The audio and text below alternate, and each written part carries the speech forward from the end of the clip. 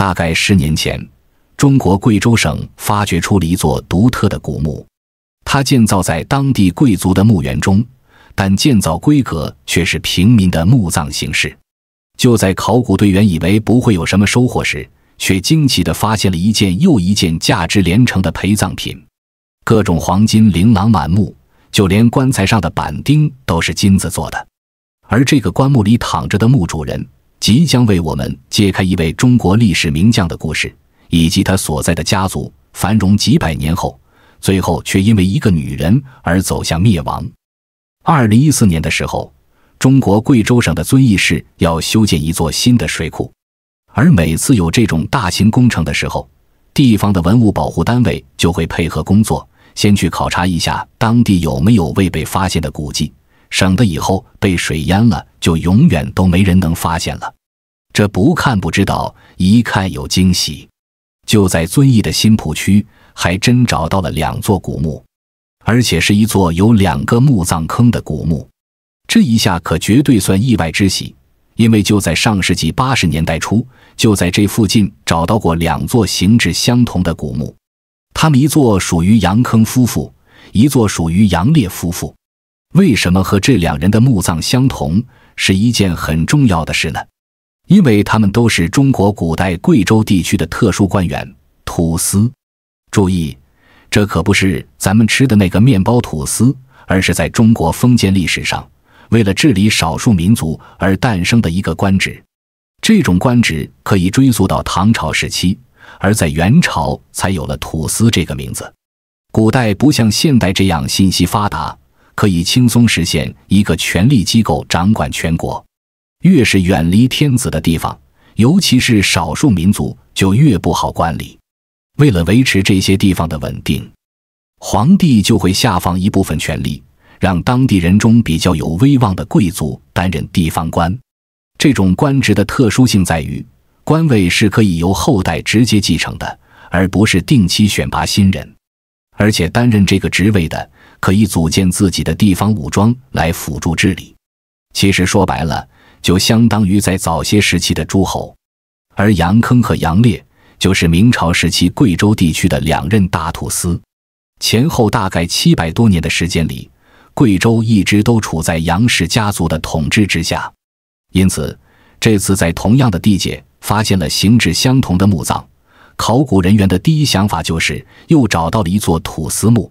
可是谁也没想到，考古队员带着激动的心情连续挖掘了几个月之后，竟然除了木质棺椁什么也没见到。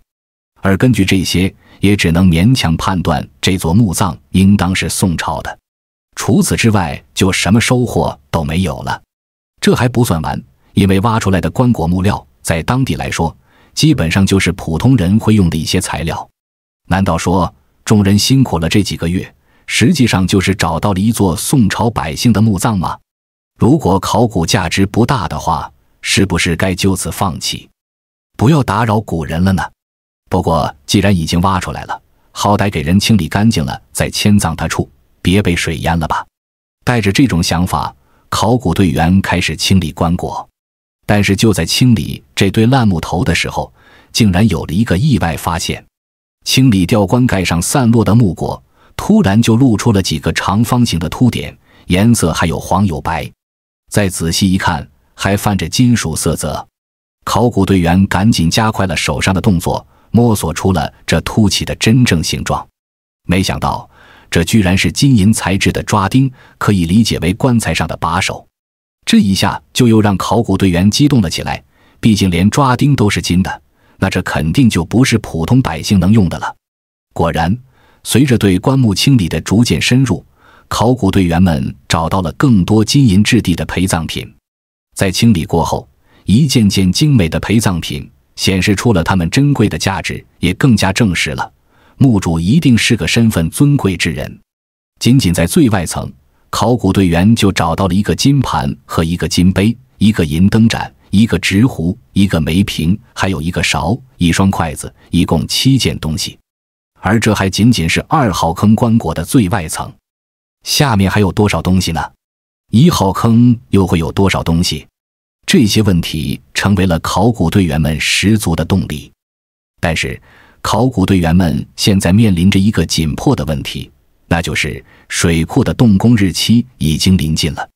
即便他们在这里发现了古迹，但是也不可能因为这一座古墓就拖延事关民生的水利设施的建设工作。但是如果赶时间匆忙进行发掘的话，很有可能慌乱之中毁坏文物，或是遗漏一些重要的信息。面对这种两难的局面，考古队长做出了一个决定，将整座棺椁完整打包带走，从田野考古转进实验室考古。实验室考古在当时来说还是一种新兴技术，是用专业的设备将文物原封不动地带走，放入恒温恒压的实验室中，从而在更安全的环境里进行考古研究。而通过这一创新手法，考古队员们也发现了一件件更加精美的陪葬品，并且逐步揭露了这座墓葬的主人究竟是谁。在将2个墓坑中的棺椁全都打包带到了位于北京的实验室后，考古队员们终于可以安心地清理其中的陪葬品了。随着一件件精美的文物从棺椁中被取出，队员们的赞叹声也不绝于耳。在几个小时的清理后，从1号坑的棺椁中一共取出了33套文物，其精美程度远超考古队员的预期。而2号坑虽然少了很多，但也不乏精品。金螭龙杯与金盘是这些文物里面相对来说最为贵重的，是在1号坑的棺椁中找到的。金杯高 1.9 厘米，口径 7.85 厘米。它用到的技术极为精巧，采用夹层工艺，外层装饰有水波纹，2条螭龙缠绕其上。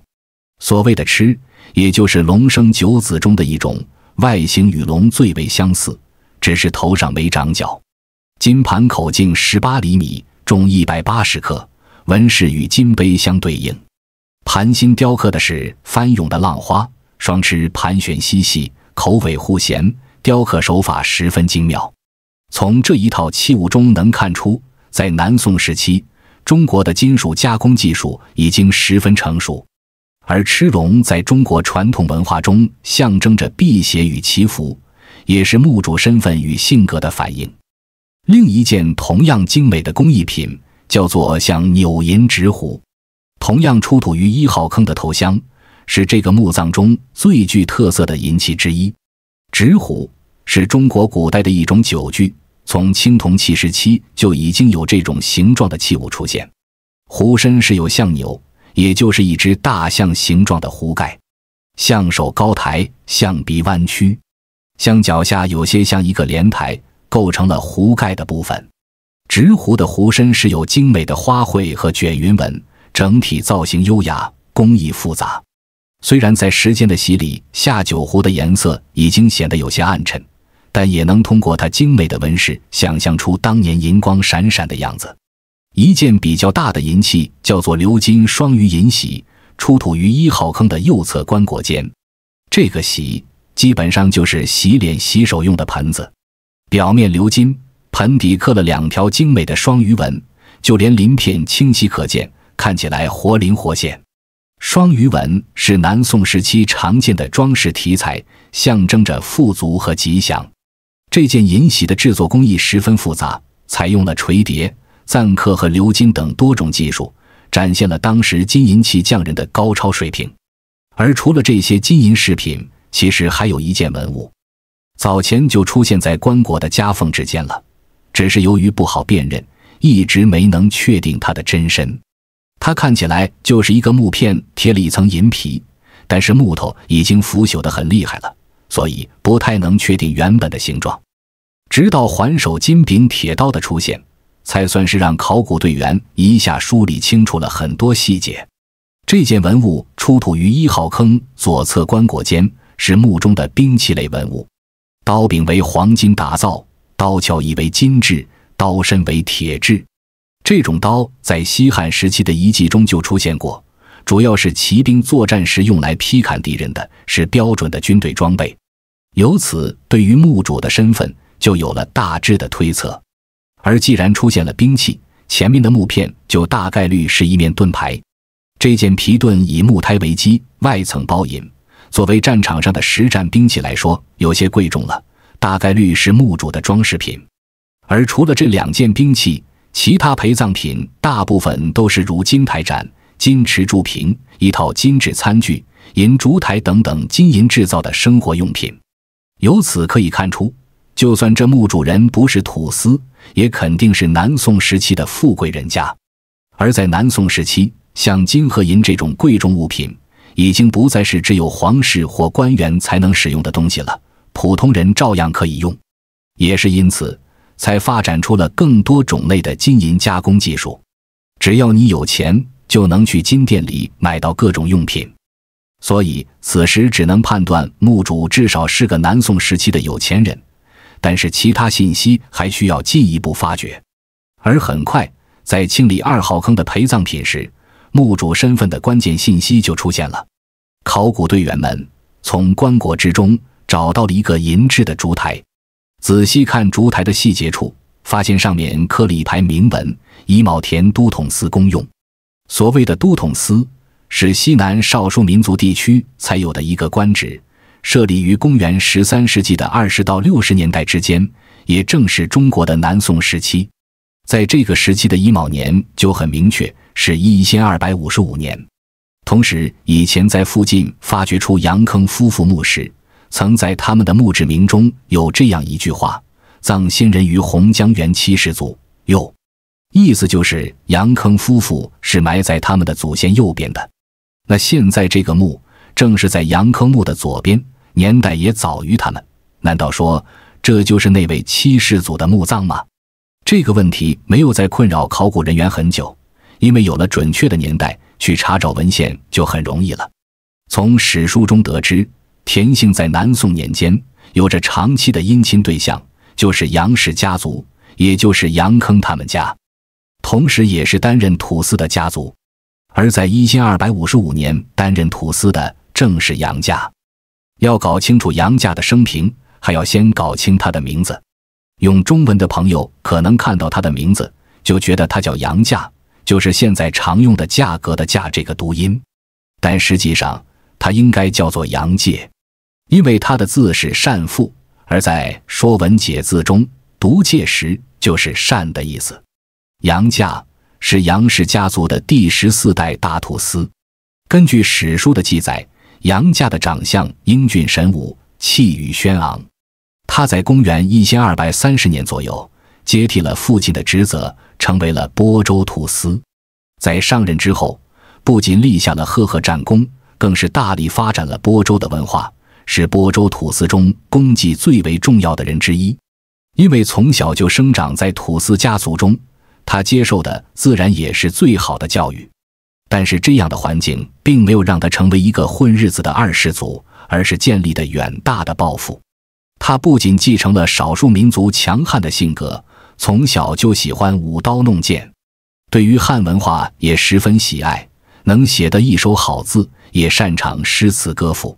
当时的播州因为地处偏僻，长期在杨氏家族的统治下，也仅仅是自给自足，谈不上繁荣，也没什么文化发展。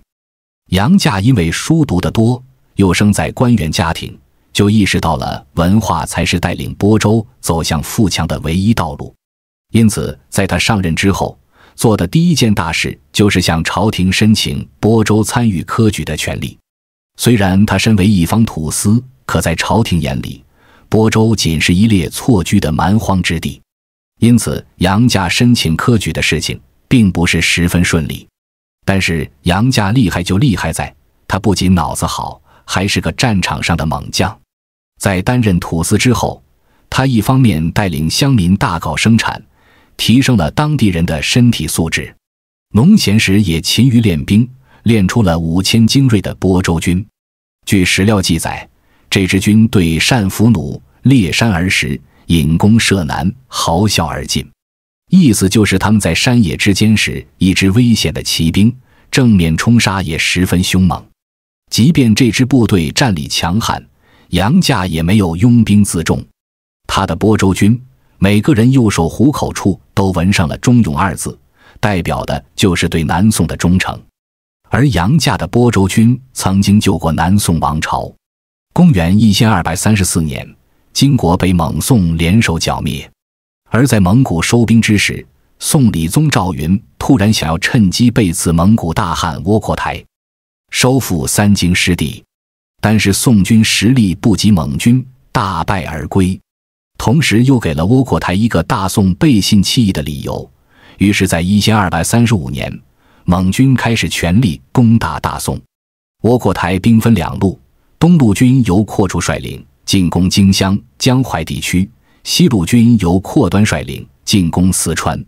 青野原位于今陕西略阳北部，是进入四川盆地的重要通道，也是宋军防御蒙古入侵的关键防线。1235年12月，蒙古西路军在攻克缅州（今陕西略阳）后，迅速进围青野原。此时，青野原的宋军由四川安抚制置使赵彦纳指挥，但由于宋军内部的混乱和指挥不力，蒙古军很快将赵彦纳及其部队围困在青野原。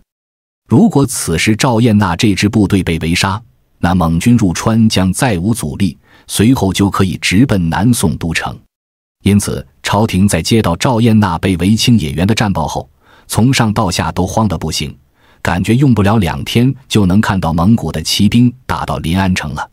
然而就是在这种时候，竟然有一支骑兵出现在了青野原，并一举扭转了战局。这支部队就由杨驾率领的5000播州军。在出兵之前，杨驾给全军下了死命令：一旦开战，就只有战死和凯旋2条路，敢逃命或投敌的，他必定亲手诛杀。而由杨驾亲手训练出来的这支队伍，就算不用他说，也会与自己的将军生死与共。这种军心远不是一般的宋军可比的。不过宋军也不全是草包，当时的利州驻扎御前诸军都统制曹有文也在星夜兼程地赶往青野原。杨驾和曹有文会合后，立马开了一个作战会议。他们知道蒙军擅长骑射，如果白天在正面战场和他们对决，势必会被对方风筝死。因此他们2人决定发动夜袭。毕竟古代没有探照灯、照明弹、夜光弹这种现代化夜战装备，即便蒙古军的射术再强，只要看不到目标，他们也无从开攻。而播州军常年在林野间训练，在恶劣条件下的作战能力是要强于蒙古军队的。于是在一个漆黑的夜晚，杨驾率领播州军摸到了蒙军营地的附近，利用山林的掩护，避开了蒙军哨兵的侦察。当距离足够近时，杨驾一声令下，播州军的弩手们万箭齐发，毒箭如雨点般射向了蒙军的营地。蒙军本就处在以逸待劳，想要围死赵彦纳的状态，根本没想到会有宋军赶来主动袭击，因此蒙军大营中顿时陷入混乱。杨驾趁机率军冲入敌阵，与蒙古军展开近战。播州军的士兵们手持利刃，勇猛无比，蒙军在马下战斗力大打折扣，被杨驾杀了个丢盔卸甲。而杨驾偷袭建功之时，曹有文也马上配合夹击。蒙军就这样在黑夜中，连来袭的是谁的队伍都没弄清，包围圈就被击破了。为了减轻损失，他们不得不北撤，放弃了围困青野原的意图。赵彦纳部也因此脱困，四川防线得到了暂时的缓解。青野原之战后，杨驾和他的播州军一战成名，被宋廷封为雄威军都统制，并被派往阳平关驻守。阳平关是四川的门户，战略位置极为重要。杨驾心里也清楚，蒙古军绝不会就此罢休。他到任后马上开始加固城防，训练士兵，时刻准备着迎接蒙古人的反扑。果不其然，蒙古军在重新摸清了四川守军的实力后，又卷土重来。杨驾带兵在阳平关多次击退蒙古军的进攻，这一成就对于当时的南宋来说是相当重要的。因为杨驾打破了蒙军无敌的神话，鼓舞了南宋军民的信心。虽然历史的潮流不可逆转，南宋最终还是被灭，但是杨驾的存在实打实地推迟了南宋被灭的时间。而也是因为杨驾的军功，朝廷最终同意在播州设立科举考点，每年选拔3人赴京考试。为了推动文化教育的发展，杨家在播州大力兴办学校，聘请名师教授儒家经典。他亲自撰写家训10条，倡导忠君爱国、尊师重教的儒家思想，并将这些理念融入播州的治理之中。在他的推动下，播州的教育体系逐渐完善，儒家文化开始深入人心。南宋时期，播州共有8人考中进士，这对于一个少数民族聚居的地区来说实属不易。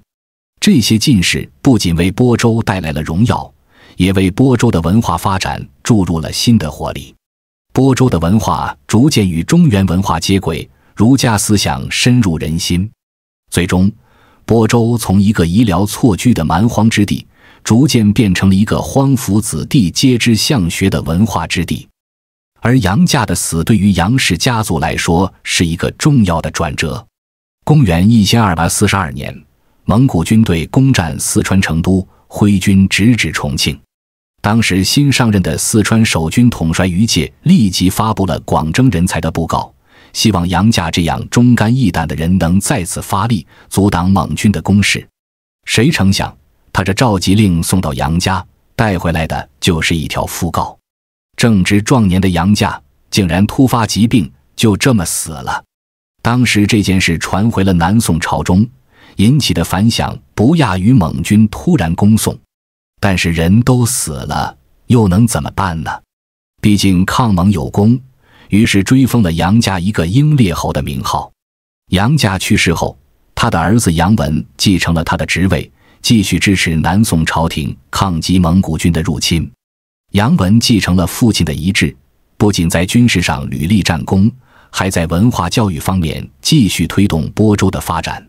然而杨家怎么也不会想到，自己一手拼到巅峰的杨氏家族会在几百年后以一个最不光彩的名义被剿灭。尽管杨家在南宋时期屡建奇功，甚至蒙军灭了南宋后也重视他们的才能，让他们继续担任土司。而在明朝建立后，中央政府对西南土司的控制逐渐加强。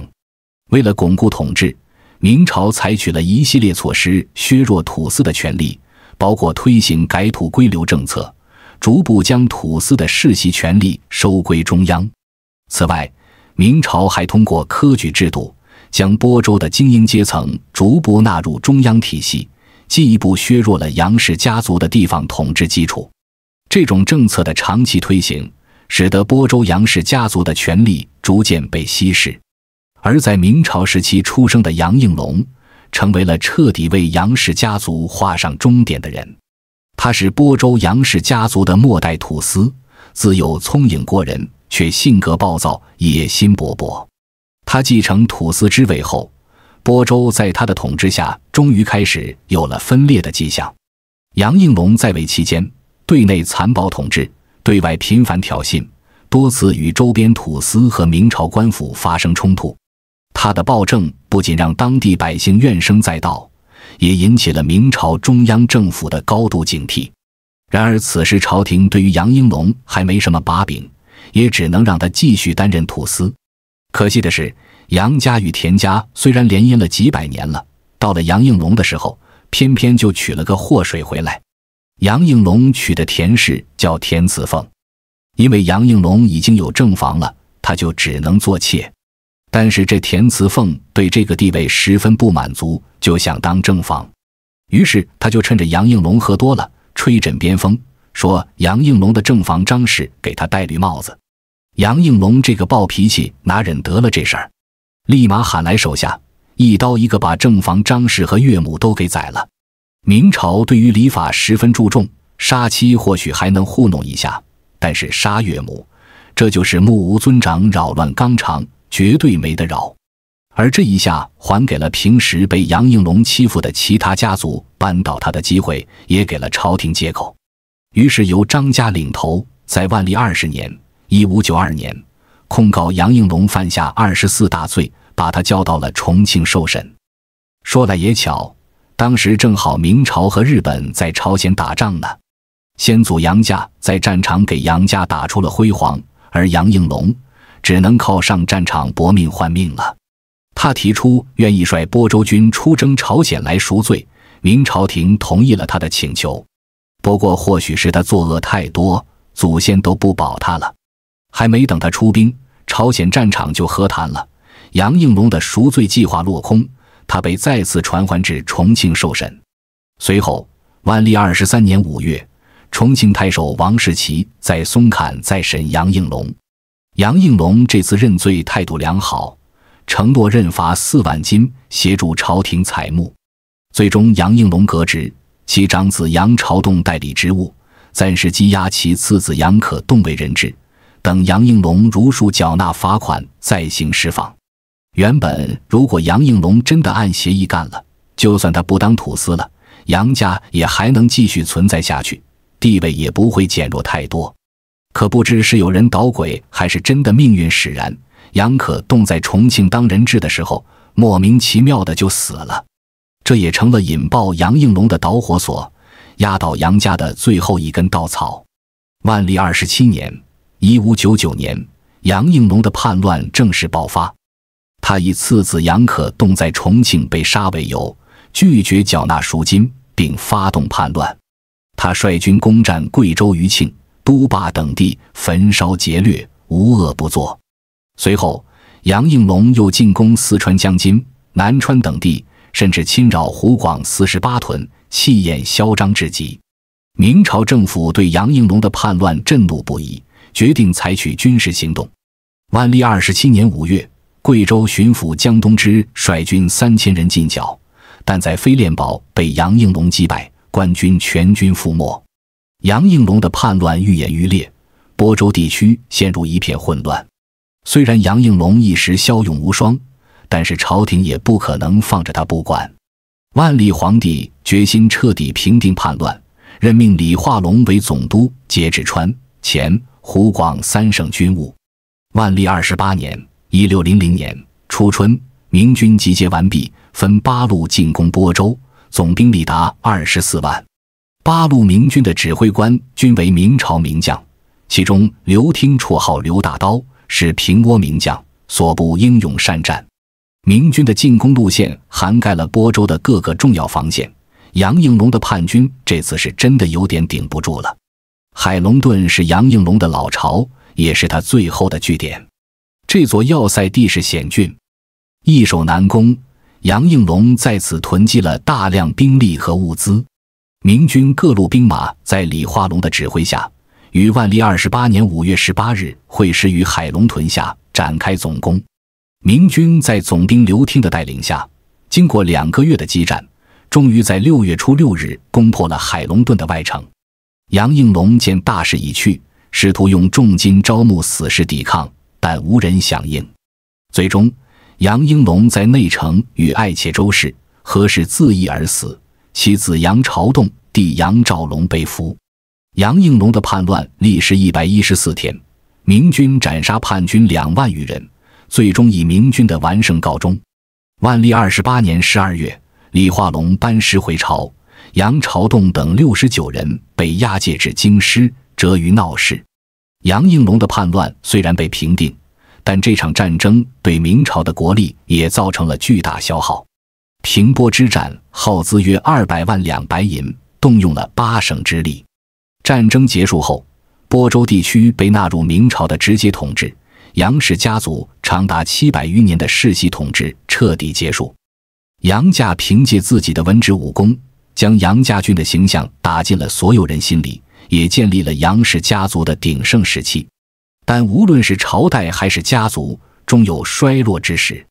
就像南宋最终要被蒙古灭亡，杨氏家族最终也死于了最简单却又最复杂的人心。如果不是杨应龙野心太大，如果不是田慈凤心眼太小，杨氏家族或许能延续到今天也说不定。